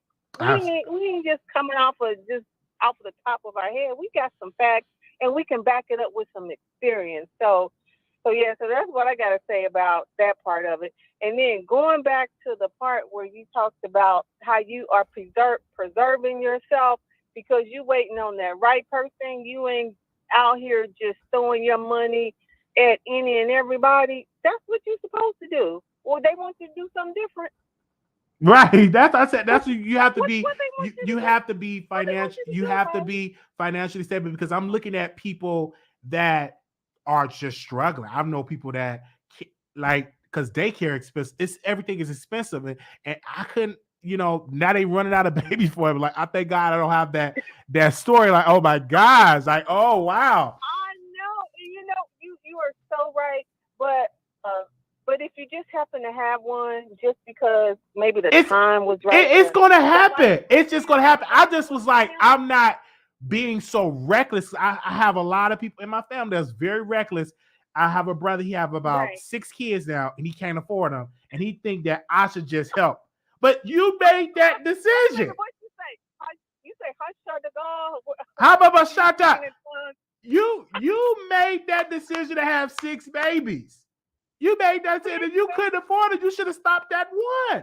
But it's not my responsibility to be sending 300, 400, 500. It's not my responsibility. Well, you are so right. You need to put your foot down right now because that happened to so many families where the one who's well off to do got to take care of everybody else. Right. And they end up stressing out.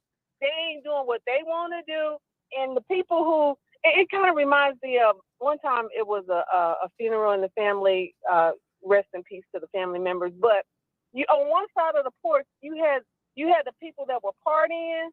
And then on the other side of the porch, you had the people that were, church folks.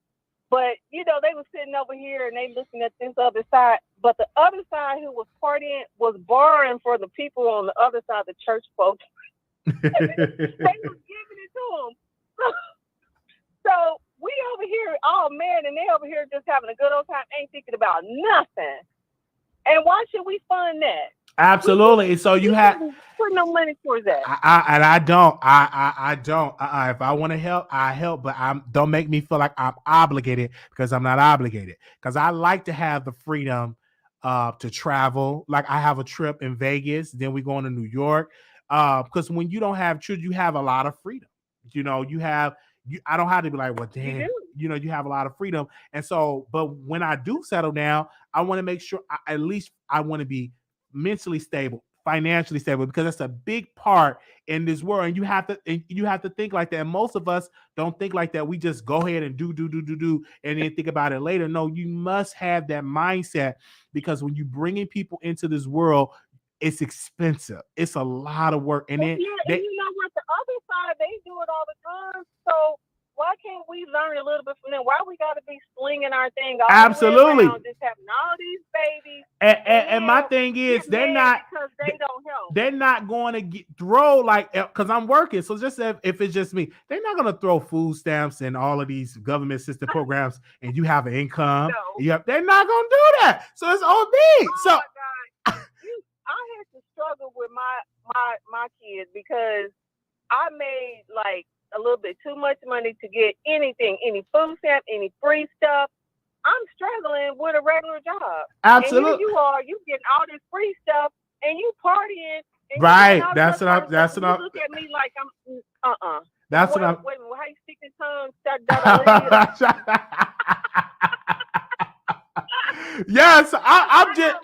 Yes, I'm just giving my thoughts, and for people that do have children, that's good because it's a good thing to bring life in it. Because when I look at my niece and nephews, I do be like, oh my gosh, I can't wait to have kids.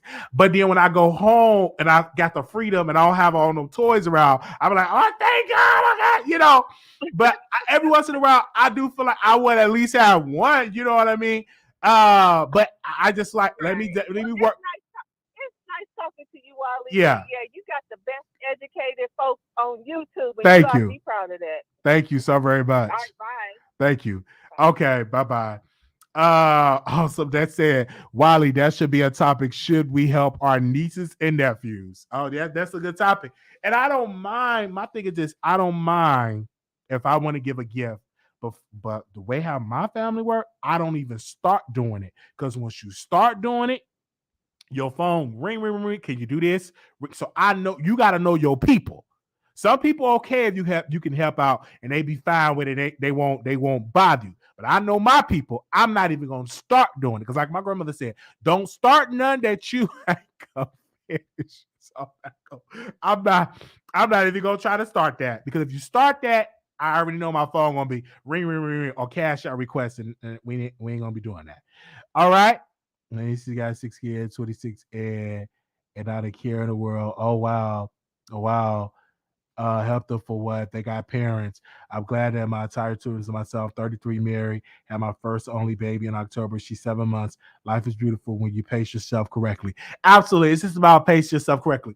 But thank y'all so very.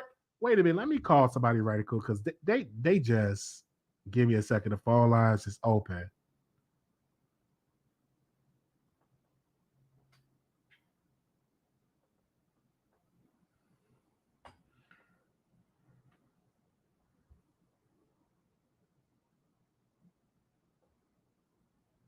Oh, they got it done. Okay, because we're going to go back live around like 8 o'clock because I'm going to have to eat me some first. Give me a second. Because we're going to go back live at 8 o'clock.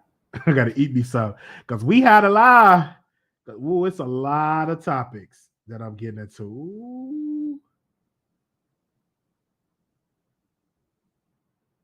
A lot of topics. Yeah, so I'm gonna come back live around like 8 o'clock. I got my thumbnail, so let me not take nobody titles because we don't want nobody going in. But we thank y'all so very much for tuning in. We had an amazing conversation, amazing dialogue with y'all. After one hour with my nephew, I'd be like, okay, well, your mom. I'll be the same way. Like when I go and I visit home, I'll be like, okay, I like visiting because I like my nieces and nephews, but I'm so glad when I'm able to come back to Texas and be able to have no kids. And because I like to, different times to sleep. And the thing about it is when you have children, you can't be sleeping all and every day. Like me, I can sleep anytime I want to. It's a little bit freedom. But when I go back to Chicago, I'm like, oh my gosh, I'm not used to getting up at 8 or 9 o'clock in the morning. I'm not used to getting up this early, hearing all this noise. Like I got off work, took a shower because I had to go to the dentist today.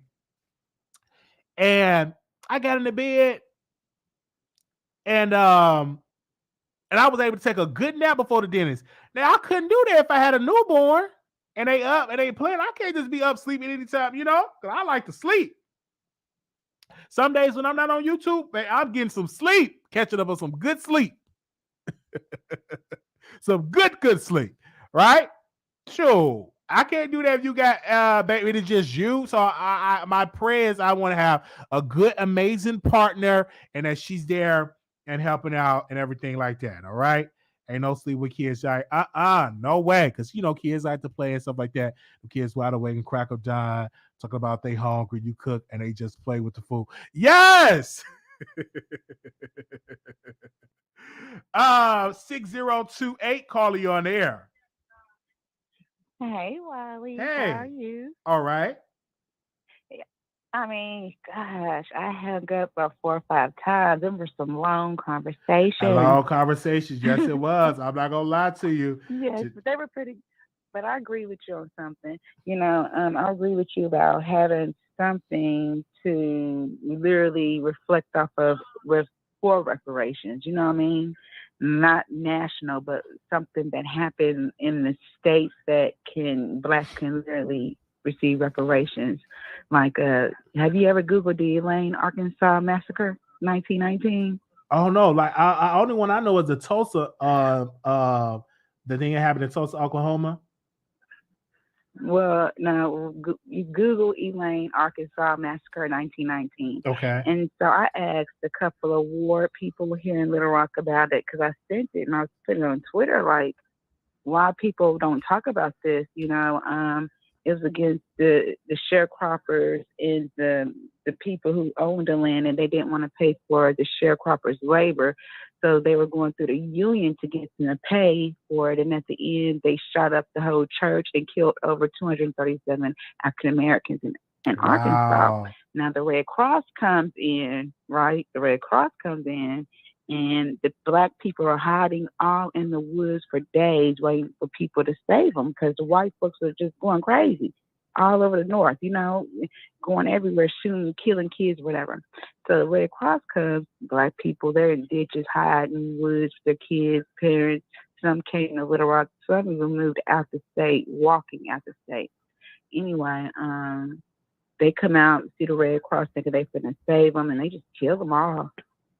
So, I thought back then, I'm thinking maybe, Arkansas deserve reparations. Absolutely. It's a lot of people deserve a lot of that. And this is why if we don't teach our history and bring this up, it would be forgotten about. So I'm glad that you brought that up because the only massacre I heard was like Tulsa, Oklahoma. I heard about that because that was so like, did you hear about? That's what they're trying to fight to get it right now. You never heard about the New York stuff?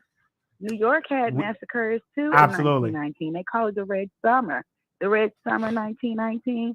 There were massacres in New York from the Jamaicans trying to get, racial this. It's really a bunch of stuff. But you have to understand that, it's you have Black people who are up there and don't want people like us to receive reparations, but you have to. I feel like this when it comes to ADOS, Yvette Carnell and what's his name, the lawyer. I used to listen to him. I feel like you have to stick to one thing. Like I watched Yvette Carnell for a year, for a couple of years, and she talked about good things, but she always my thing is that I don't know. But think about it is it's okay to preach it. If this is what you want, are you organizing to get it done? You know what I'm saying? Okay, that's what Michi X did. Okay, so Michi X, what I like about her, now I have she makes me mad and stuff because her opinions, she's still a preacher. She has this, okay, but Michi X, let me tell you, I like her about one thing is the Black agenda. She took the Black agenda, she paid for it herself and went around the United States, had these different people, tours, people were coming, listening to her. Now, ADOS don't do that. They have book clubs. How you going to have a convention for a book club? If you can get 500 people to come to a convention for a book club, Yvette Carnell, that you can get 500 people to come and at least support or talk about something or go to the city council or the governor. Oh, I see what you're saying. What you want is more organized work. You want more substance other than just talking about it. You want an action. And so that's why I was talking to the gentleman that was on the phone. I'm like, are y'all raising money for candidates to believe in reparations? It's one thing to tour the country to appreciate, that's good, but are you putting the money or the boots on the ground to get people in there to get it done? No, you get city they're councilmen not. and No, they're mayors to get not, it done. because Because I like Tariq. Do you watch Tariq? I write Tariq the shit. foundational thing. Yeah, I watch Okay, it, he has a foundation. and I'm a fan of Hidden Colors and all of that. But he don't put candidates in place like he'll talk against where is the black hate crime. Yeah. But are you putting, brother? You making a lot of money. You can run for office yourself. He live in a $1.5 million home. Okay, you can run for office yourself, or actually raise money for candidates that believe in the black agenda.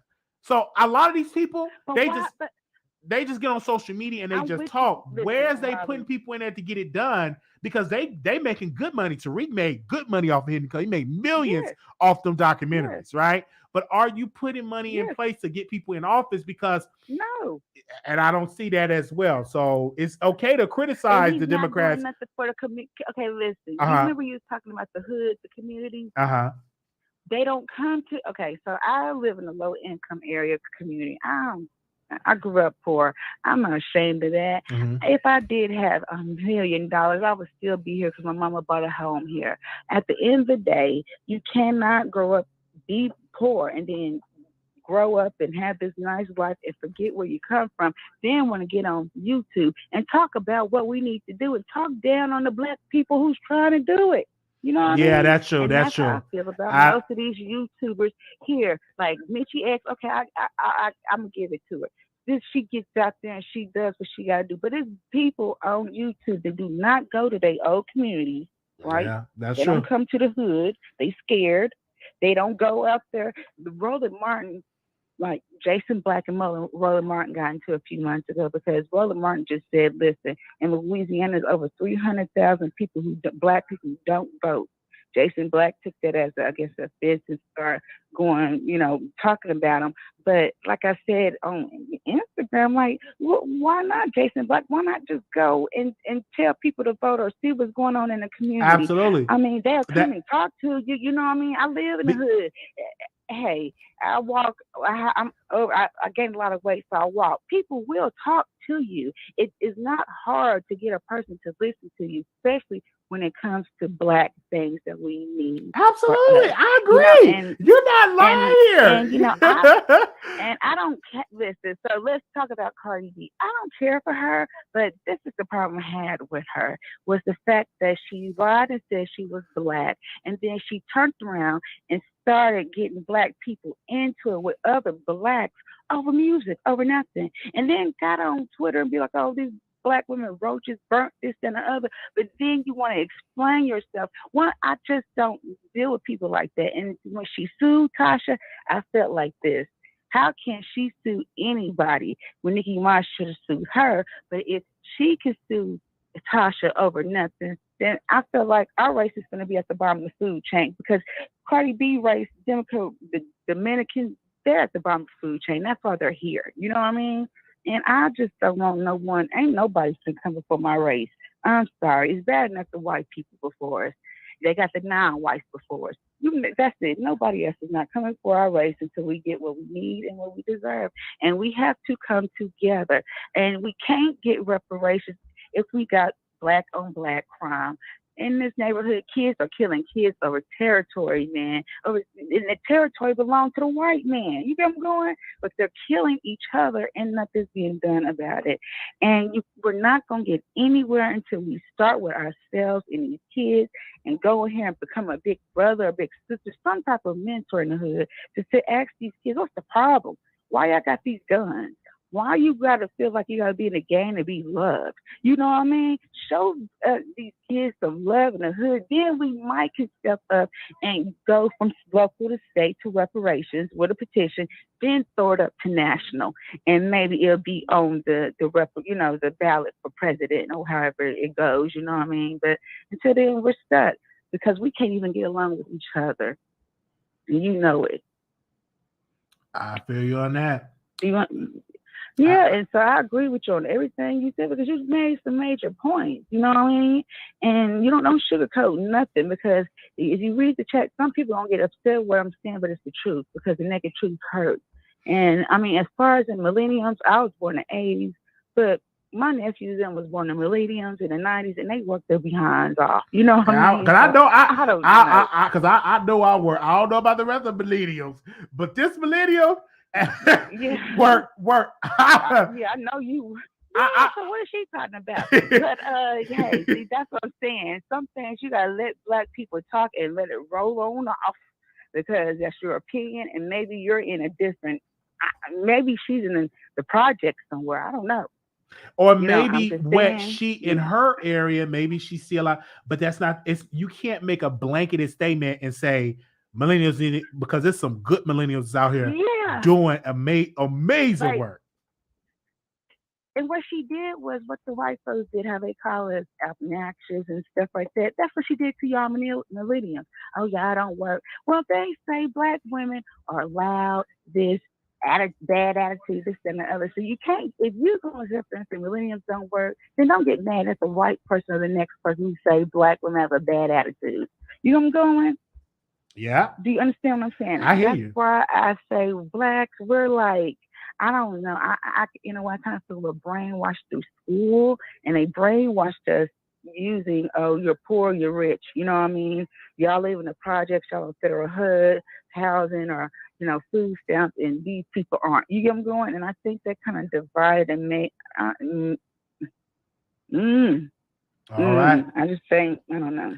But that's all I wanted to say. And I like you. Thank you. And one more thing, Wally, you ain't got to kiss Tasha K ass. If she don't, if you look how she did Storm. I like you and Storm. If Tasha K don't want to work with you, that's her loss. She's missing out on a blessing. She can keep messing around with messy Chelsea. I think Tasha. No, I think Tasha K is an amazing person. I think that she get judged. I like her. Because if you look at unity and you look at black entrepreneurship and black power, you see that with Tasha. Like she have a company, her website's doing amazing, and she's able to provide for her family, and she's creating jobs. So congratulations. That's great for her. You're a good person too. Yeah, though. thank you. I am great. Thank you. I feel like if you came to her in a polite way and she watched your show, absolutely. What's the problem? Tell her to be honest with it. You get them going on, and like with you and my radio, y'all tickle me. I don't know what's going on with both of y'all. It's good. Like that's my sister. I like her. I like her. You know, I don't thank understand it. When you said I'm scared, I should cuss me out. Oh, that just tickled me because I can see her cussing you out. You know what I mean? I don't mind her. She's good. Thank you. I just hate that y'all argue about nothing. We argue about nothing. that. We okay. You know I mean? She's a good sister. We wish her well. All right. Thank you so much for calling. Thank you. Thank you. And God bless you. Thank you. No problem. Good work. All right. Thank you. Bye-bye. We going back live. I already got the video up. Because it's a lot of topics we're gonna talk about. I'm actually gonna go and give me something to eat because I am hungry. Okay. I'm gonna go and give me something to eat because I am hungry. Yeah, because I know we done political. Y'all want me to get into the mess. We're gonna get into the mess. Because we got a lot of topics. I mean, that thumbnail filled with people on that thumbnail. Give me a second. Let me drop the link in here so y'all already see it.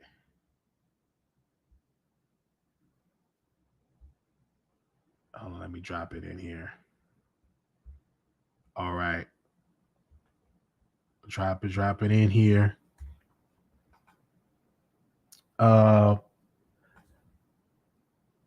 I'm gonna drop it here so y'all have it. And I'm trying to get the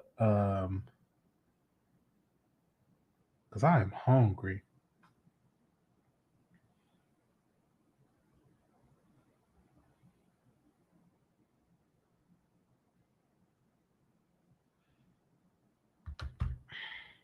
We're going live at 8 o'clock. 8 o'clock. 8 o'clock. 9 p.m. Eastern, 8 p.m. Central. 9 p.m. Eastern, 8 p.m. There are 50 people in that thumbnail. It's a lot of topics. I might order me some Chinese food. Yeah, I might order me some Chinese food. It's a lot of topics to talk about in here. So it's gonna be a fun video. I don't even know if we're gonna make it that long because it's gonna be like a 2-hour video. But y'all not gonna mind. I'm gonna have to order me something to eat though. They had the nerve to say, God bless you. I'll order me some Chinese food. I want me an egg roll. Yeah. Thank y'all so very much for y'all support. That sounds good. I want some crab or yeah, I'm going to be some Chinese food and stuff like that. Thank y'all so much. Oh, she called it day. Don't call day. I want to be some Chinese food.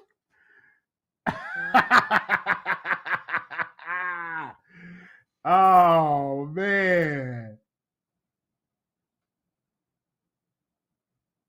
No call day. Yeah, I'm coming back because I know y'all miss me and stuff like that. Because y'all said I ain't that well because it was payday. So I feel good today. Yeah, I feel good today. So I'm like, okay, I had payday, so I feel real good today. All right, because the check came, it was clear. Okay, the quarter. Oh man. Yes. Paydays. Make sure y'all hit the cash app. $ Marquise Waller 2 because it was payday today. Don't get us is and leave us saying no. I got y'all. We coming loud today. Make sure y'all go get the merch. I got the amazing t-shirt. You see, go hit the merch. Yes, definitely going to order me something today. Thank y'all so very much, and I'm gonna talk to y'all soon. Make sure y'all subscribe to the channel, get the merchandise, become a member. Shout out to our new members. We already did a members only lab. Y'all go over there and check that out. Thank y'all so very much. We'll be back live 9 p.m. Eastern, 8 o'clock Central. So we'll definitely see y'all soon. Talk to y'all later. Peace.